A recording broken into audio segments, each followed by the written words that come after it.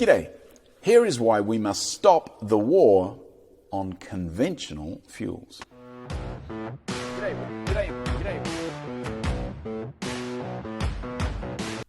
Back in the storeroom again, making a deposit, not a withdrawal, which means I'm back home at least for a week or so.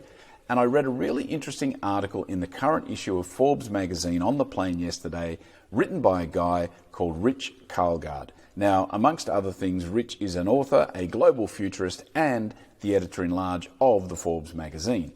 And in this article, he talks about our dependence on conventional fuels, on fossil fuels and nuclear fuels.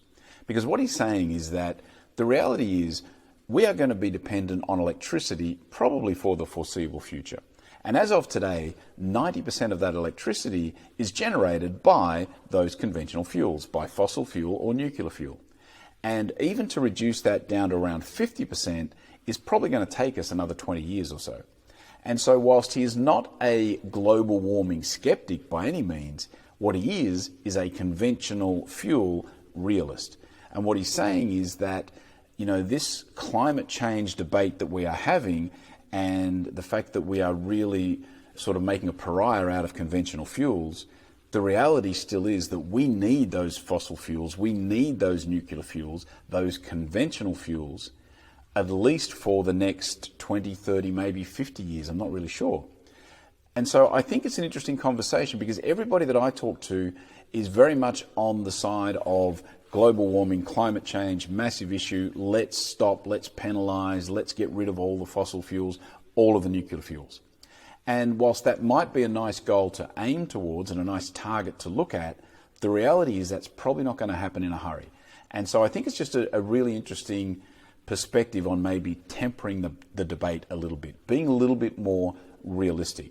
Because for those of you that are saying, let's get rid of all fossil fuels, let's get rid of all nuclear fuels, if you're willing to go back to the dark ages tomorrow, we can do that.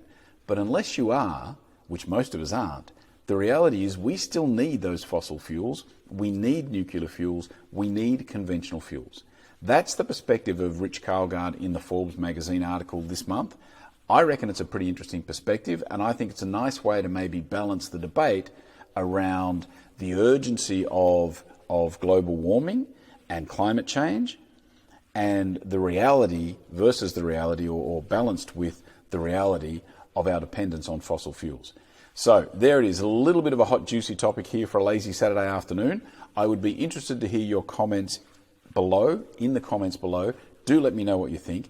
I do thank you for your time, and I will be back again tomorrow. See ya.